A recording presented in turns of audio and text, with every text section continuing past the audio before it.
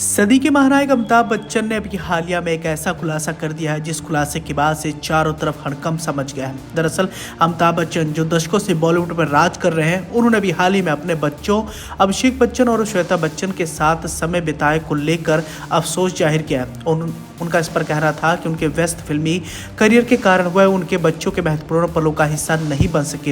होता यूं है कि अभी हाल ही में कौन बनेगा करोड़पति के 16वें सीजन के दौरान एक प्रतियोगी ने जब अमिताभ से उनके बच्चों के बारे में सवाल किए गए तो उन्होंने ईमानदारी से जवाब दिया कि बच्चों की परवरिश की जिम्मेदारी पूरी तरीके से उनकी पत्नी जया बच्चन ने निभाई है। अमिताभ का इस पर कहना था कि हम जितना समय अभिषेक और श्वेता के साथ बिताना चाहते थे उतना नहीं कर पाए। जब हम काम पर जाते थे तो वो सो रहे होते थे और जब लौटते थे तब वो सो रहे होते थे, लेकिन अब जब वो बड़े हो गए हैं तो उनके साथ समय बिताने का मौका मिल जाता है। इसके साथ ही बच्चन परिवार अभी हाल ही में चर्चा में था जब अभिषेक बच्चन और ऐश्वर्या राय के तलाक की अफवाहें फैली थी। हालांकि इन अफवाहों पर तब विराम लग गया जब दोनों ने अपनी बेटी आराध्या के वार्षिक स्कूल फंक्शन में एक साथ उपस्थित दर्ज कराई थी।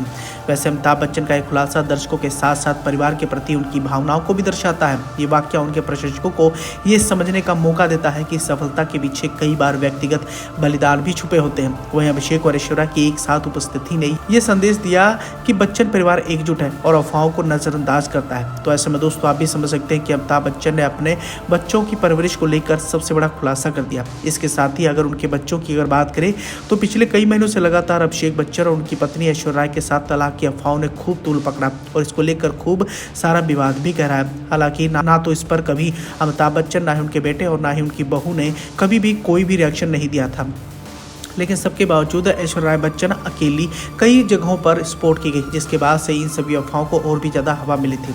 फिलहाल तलाक की अफवाहों को लेकर जब भी ऐसी खबरें सामने आती हैं तो जो चाहने वाले हैं वो काफ़ी ज़्यादा परेशान हो जाते हैं।